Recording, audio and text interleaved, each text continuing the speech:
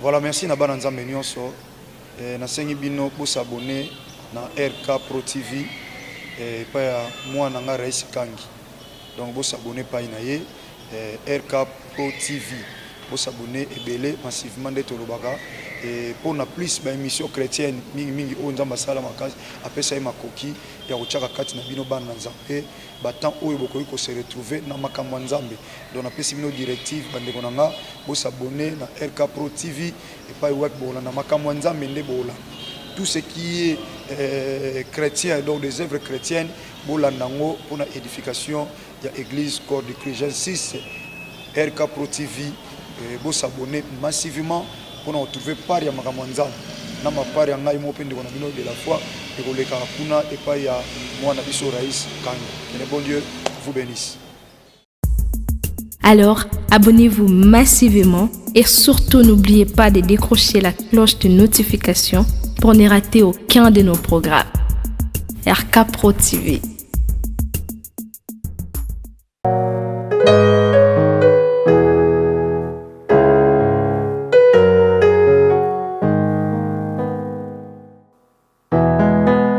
Okotisa babulami na etero bwayo ya esantu. Pe olakisa lolenge ya kosanjola katango nyonso kombo na Yesu mokonzi. Soki mosi anetolaka masiya na elilingi pe na lolenge ya nyoka ya ebende kuna na esobe ekomi tango ya kosanjola masiya na polele pe kotanga kombo na Yesu oyo ezali kola bakombo nyonso. Nzambe wandima kokabola bokonzi bwa ye na biso baye tozalaki na se ya bowumbu ya Satan pe akomisa biso basantu na ntina kokokana na ye mosantu azali. Kombo bipa etangamaka bikomba bazwaka bana. Haleluya. Kombo elongola biso na bowumbu ya Satana. Kombo na Yesu. Kombo yo epesamela mokili na ntina ete lobiko etangama na mokili epai ya bato. Yesu Masiya tika na sanjola kombo na yo. Kombo epesamela mokili na ntina ete lobiko etangama na mokili epai wapi butu nkolela pe mikakatano ekomama na mitema ya bato. Kombo elatisa mokili lamba sika oyo moto moko te akoki kolongola yango. Kombo yo ekamuna misala ya Satana lokola mosali mafuta akamuna kambila mpona kobimisa mafuta. Kombo yo ememaka bomoi epai kufa elobama. Kombo yo ememaka lobiko epai bokono eumela tango molai. Kombo yo epesaka biyano epai wapi mituna esukisama elemi ya bato ose. Kombo ebikisaka bokono oyo esukisama ele ya minganga. Kombo ebimisa maele ya bato liboma na ntina kotalisa ete moboko ya boyebi eza nde yo Yesu Kristo ya Nazareti. Kombo etanisaka tongo na mitema ya baye bawumela na butu ya mikakatano. Kombo emema lipamboli epai wapi mobondo elobama. Haleluya. Kombo etiaka makele makasi na matoi ya baye bateka bomoi na ntina ya mbongo pe na ntina bisengo ya mokili. Kombo na Yesu Kristo. Kombo basanto akala basakola. Kombo yo eningisa pe etengamisa lifelo pona libela. Kombo esopaka ngolu ya Nzambe Tata likolo na bato. Kombo yo elongisaka bayenge bene na bitumba ya molili pe ememaka pole pona kongengisa banzela ya babulami. Kombo yo ebimisaka na libulu ya mikakatano pe ya kolela. Kombo ekausaka pinzoli na miso ya baye bazolela. Kombo ezongisaka na bomoi oyo si ekufa pe si ekauka. Kombo ezongisaka na bomoi ata osi ekundama. Kombo ezongisaka na bomoi ata miku ya kokauka. Kombo oyo etanisaka tongo na mitema be bazomela na kati ya molili. Kombo ezali kona bakombo nyonso. Kombo etangamaka tango nyonso solo. Kombo ekomaka elonga na mitema ya babulami. Epai kombo etangamaka makambo ebongwanaka. Epai kombo ezotangama mituna ezozwa biyano. Epai kombo etangamaka. Haleluya. Ezalaki pasi ekomaka pete. Epai kombo etangamaka. Haleluya. Epai makambo emonanaki pasi mituna emonana pasi epai na bato mayele. Kombo na Yesu Masiya ekomisa yango pete. Kombo yo ememaka esengo pe koseka na bilongo ebeba na ntina mitungisi ya pasi ya mokili. Kombo na Yesu. Kombo Nzambe Tata. Kombo eningisaka misala ya Satana. Kombo ezongisaka na bomoi. Kombo ebengaka na kozala. Au commencement était la parole, et la parole est Christ. Radio Parole Vie, la radio qui donne la vie à travers la parole. Mbote Shalom, chers bien-aimés dans le Seigneur, chers auditeurs de la radio Parole Vie, chers papas, chers mamans, chers téléspectateurs, il y a DLF TV 2, Chiffre 9 TV, puis il y a RK Pro TV. Merci bien, mesdames le Seigneur. Natina li baku malamu epesa mele biso na butu alelo, tope tongo alelo. Avokabola sango malamu. Il est dit, bien-aimé, que l'homme ne vivra pas seulement du pain, mais de toute parole qui sort de la bouche de l'Éternel. Bien-aimé dans le Seigneur, je vais avancer petit à petit pour nous ça année 2022.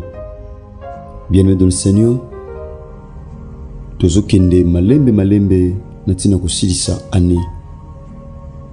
Bien-aimé, pendant que tout ça quoi avancer, bitumbe zokoma makasi. Pendant que tout ça quoi avancer, bien-aimé dans le Seigneur, bamsusu pe bazo lemba.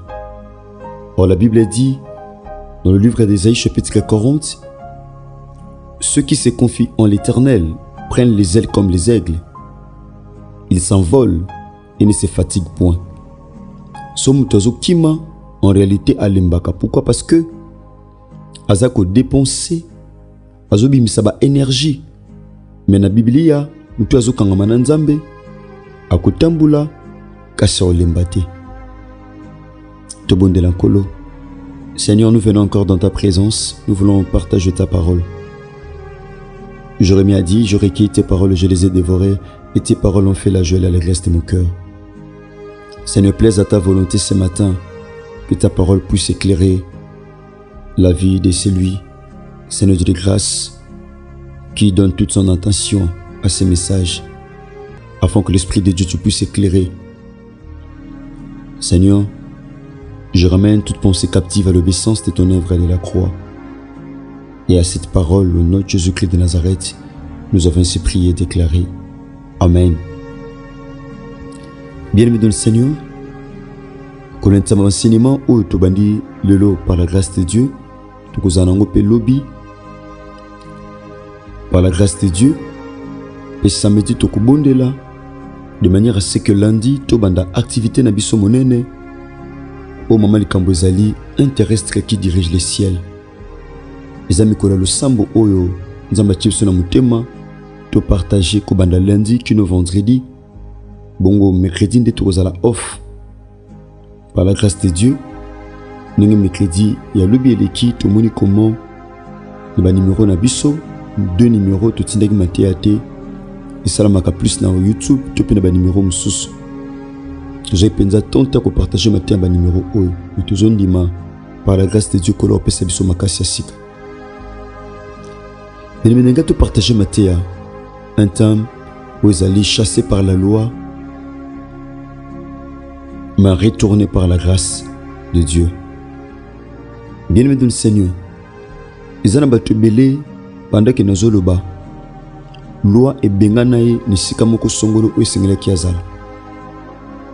Loi et benganaye na poste moko songolo ou sengela ki a occupé. Loi et benganaye nisika moko songolo o na bomoto abongisa mipenza akozala nisika yango kasi mobeko epesi nzela te azo esika yango. Bien-aimé, yonanga bien-aimé dans le Seigneur, tu ebi définition à loi.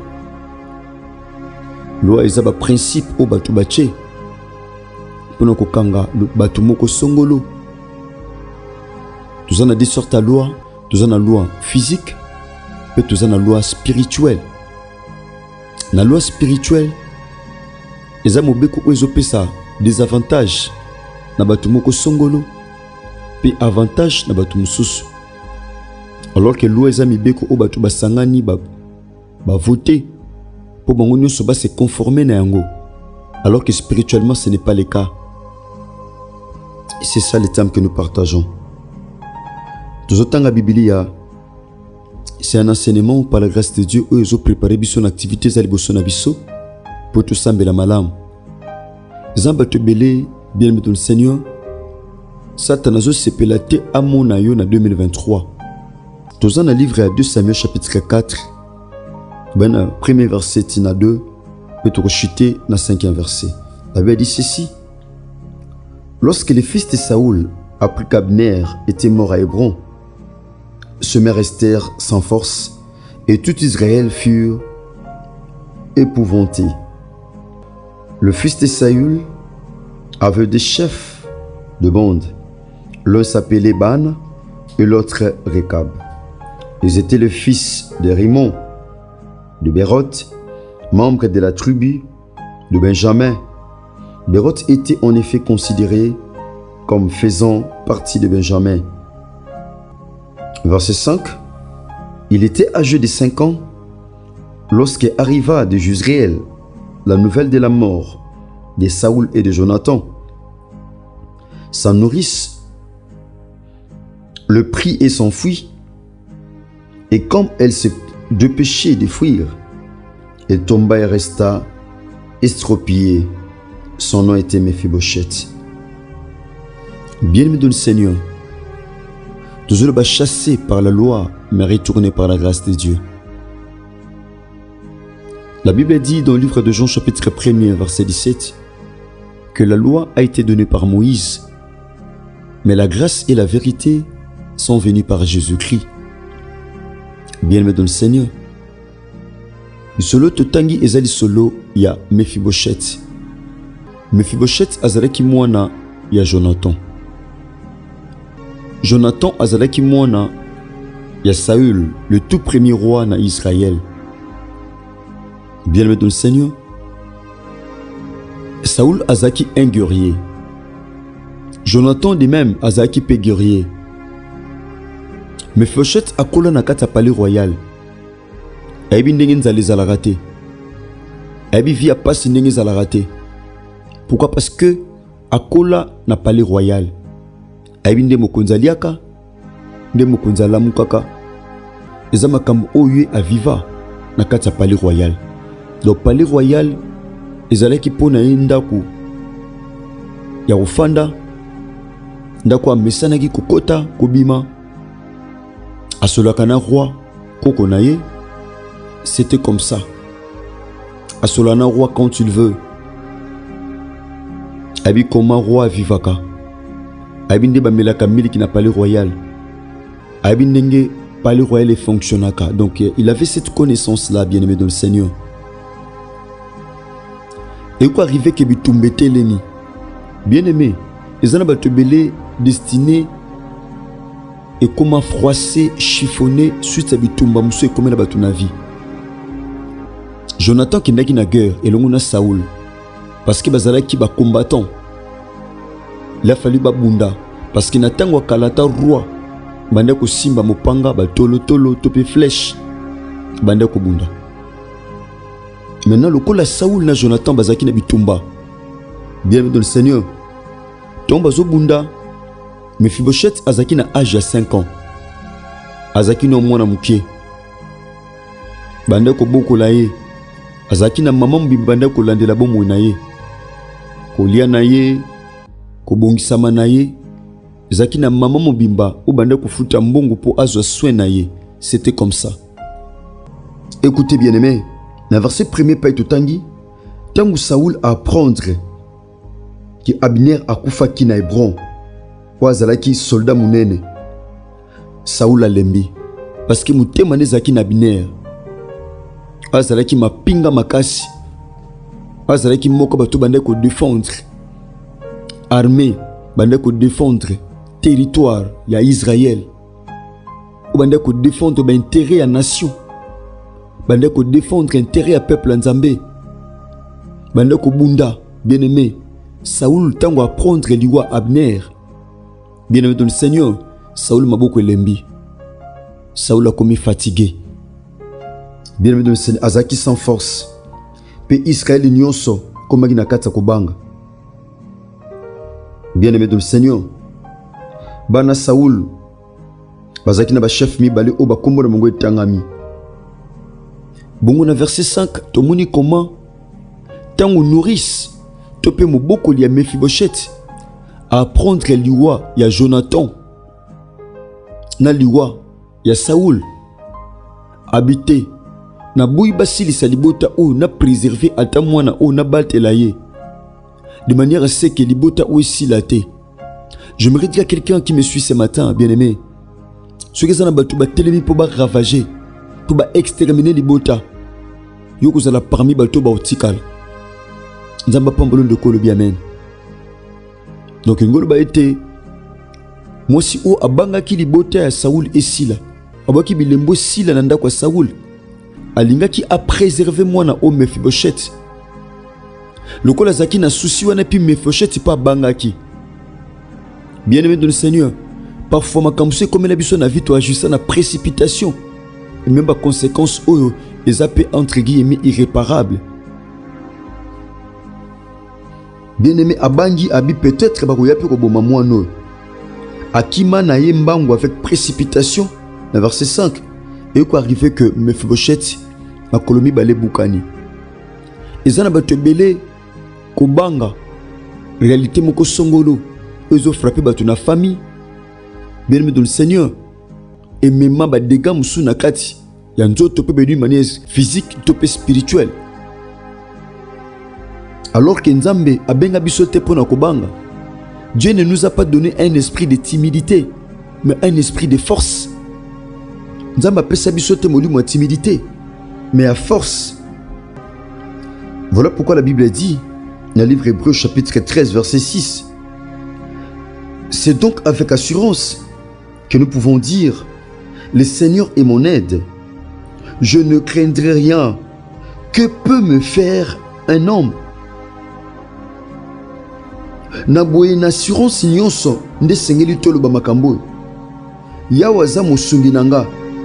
Na kobange loko te. Atako o batu bakoki kosala nga. Pe nani akosala nga mabe. Bien-aimé dans le Seigneur. Moi si o tope nourrice abangaki. Abangaki. Pourquoi? Parce que tata a mona koufi, koko pe a koufi roi. Palais royal et tikali vide.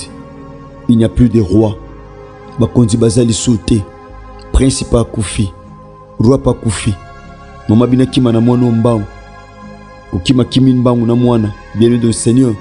Mwana makole bukani. Akome stropié. Bien-aimé dans le Seigneur. Ils en ont battu suite à précipitation. Il y a quoi agir une précipitation dans tous les domaines. Et beaucoup de réalité moussous. Et bébé sapi makambe belé. Bien-aimé dans le Seigneur, un enfant de Dieu doit savoir comment, quand il y a un problème, de ne pas agir dans la précipitation, mais plutôt de chercher la volonté de Dieu. Awakimaki avec précipitation, mon amakole bukani. Combien de personnes lelo à cause de justement na bango, babuka makolo lipambuli na bango, babuka makolo, il y a succès na bango, babuka makolo, il y a élévation na bango, babuka makolo. Il y a na bango. Pourquoi? Parce que baluka ba agir avec précipitation. Le kola mona bukana ki makolo bien aimé. Cet enfant était chassé du palais royal.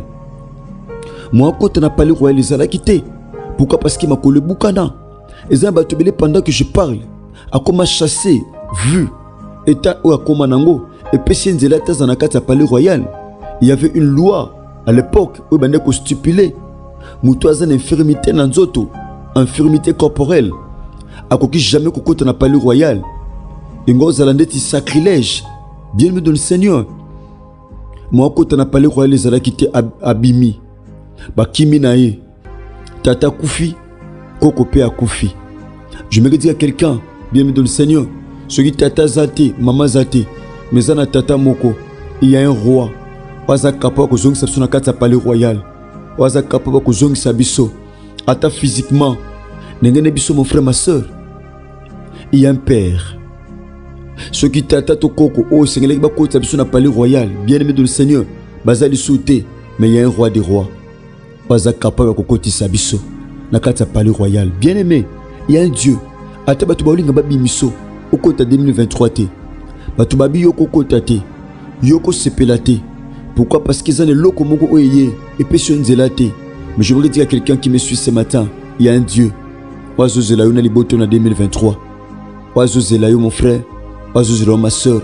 Pour au-tête la bolingo, ngolupe bola munanzambe. Bien aimé, mutako chasso na kata palais royal lazate. Parce que moi na le roi des rois. La Bible dit vous êtes des princes mais vous mourrez comme des esclaves. aux esclaves, ma soeur aux princesse, mon frère aux prince. Koki jamais koku faloko l'esclave. Muta obimission na pale roi lazate. Yango na bondeli nzambe kondima no bukana te.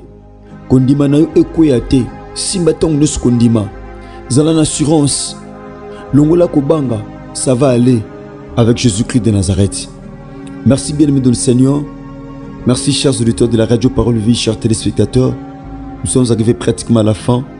Nous avons un enseignement au Tokoshite dans le lobby. Et samedi, Tokobondela pour nous préparer. Il y a un biso Toba Namkola lundi. Tika bolingongolo pe bolamu ya Christ et bi la bine pa iwe pe boswami. Abondeli Yesu Christ en Nazareth, le maître et le créateur de toutes choses. Abomba biso na bolingongolo pe bolamu na. Merci, soyez bénis. Un grand merci na équipe News Radio Parole Vie. Bon, on a besoin de contact. Au Seigneur, comme il a besoin d'aller plus de 43 99 91 45 930. Ce qui Christ a maison milité, tout le bon lobby, la continuité, il y a thème Oyo, chassé par la loi, mais retourné par la grâce de Dieu. Si Kabolingongo le peuple, le moi Christ et Bilabi ne pas aux amis. Merci, que Dieu vous bénisse. Au commencement était la parole, et la parole, et la parole, et la parole, Christ, Radio Parole Vie, la radio qui donne la vie, qui donne à travers la parole, Abonnez-vous sur RK Prod pour équilibrer votre vie. Un programme consistant pour votre vie chrétienne. Campagne évangélique, prédication, prière,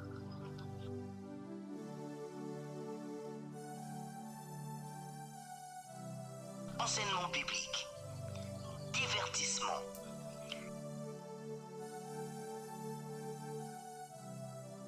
cinéma,